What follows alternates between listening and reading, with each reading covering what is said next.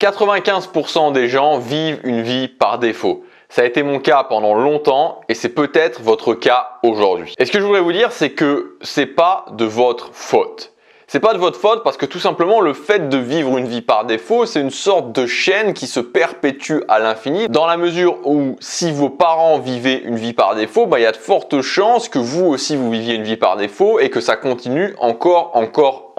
Par contre, vous avez une opportunité, c'est de casser cette chaîne et que pour vous et que ensuite pour vos enfants, vous puissiez justement commencer à vivre une vie qui vous correspond vraiment. Alors c'est pas facile parce que au-delà de l'éducation qu'on a pu avoir, au-delà du mindset de nos parents, qui eux-mêmes n'étaient pas forcément responsables, la société entière est designée sur le fait de vivre une vie par défaut. Le confort, la gratification instantanée, éviter le stress, reculer face à ses peurs, rechercher avant tout la sécurité, essayer de prendre le minimum de risques, tout ça c'est une sorte de cocktail presque magique pour aller tout droit directement vers la vie par défaut. Alors attention, ce que je voudrais dire, et ça c'est très important, c'est que vivre une vie, sortir du mode vie par défaut et vivre une vie de choix, créer une vie qu'on veut, créer une vie qui a un sens pour nous, réussir à transformer sa vie, c'est difficile, c'est très difficile, il ne faut pas se méprendre là-dessus. D'ailleurs, si très peu de gens le font, c'est parce que c'est difficile, voire extrêmement difficile. Ça demande beaucoup d'efforts,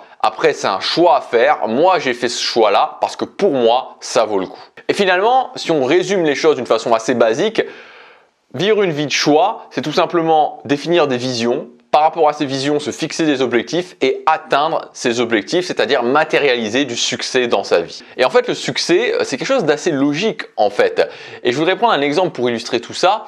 Je me souviens, parce que justement, on est dans cette période de Covid malheureusement, et la dernière fois, il y avait un médecin qui parlait et qui disait que,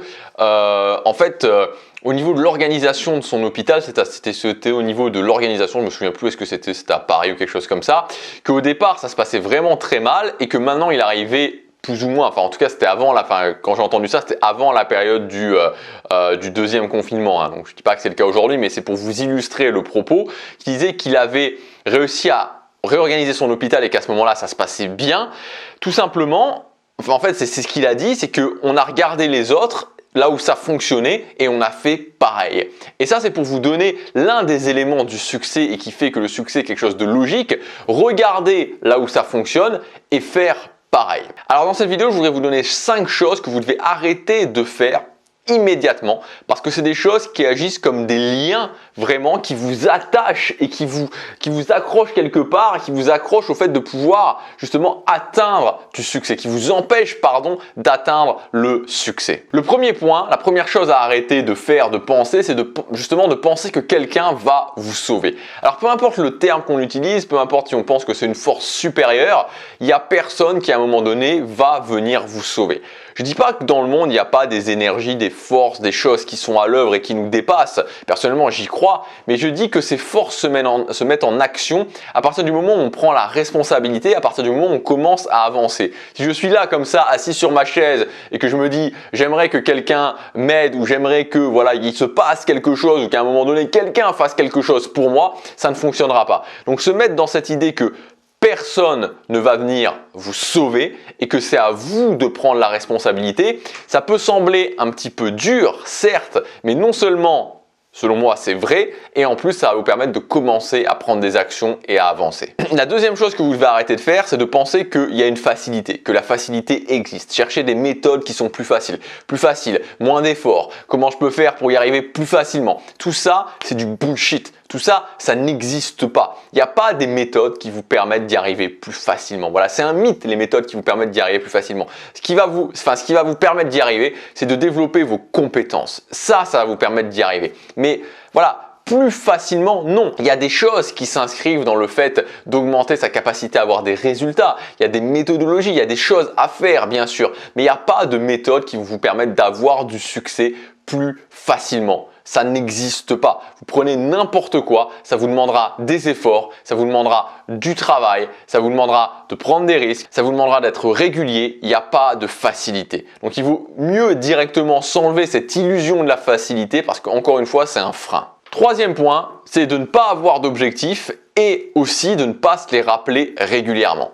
Vous devez impérativement avoir des objectifs parce que des objectifs, c'est vraiment des directions en fait. C'est des directions, c'est des caps que vous avez et qui à tout moment vous permettent de vous dire « Ok, je vais vers là, je suis en train d'aller vers cette direction ». Et évidemment, au-delà de ça, au-delà d'avoir une direction, il faut se rappeler que régulièrement on va dans cette direction. Parce que si je suis avec ma voiture, que je suis en train de rouler et que je sais même plus où je vais ou que je me rappelle même plus où je vais, il y a un problème. Là, c'est pareil. Au quotidien, vous devez vous dire « Ok, c'est quoi mon objectif principal ? Quel est actuellement mon objectif principal ? Ok, mon objectif principal c'est ça. Et au quotidien, je me rappelle que c'est ça. Et je me rappelle pourquoi c'est important pour moi. Il faut vraiment se voir comme un champion à ce niveau-là. Le fait de réussir sa vie, c'est devenir quelque part, comme on en a déjà parlé, une exception. C'est pas faire comme tout le monde et c'est avoir un mindset de champion.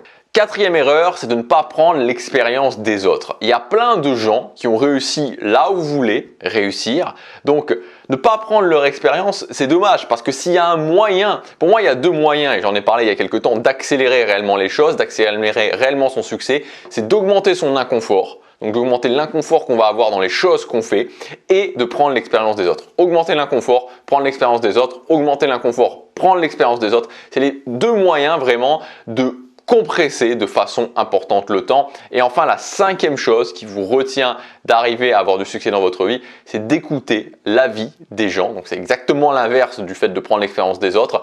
Écoutez l'avis des gens qui n'ont pas de succès.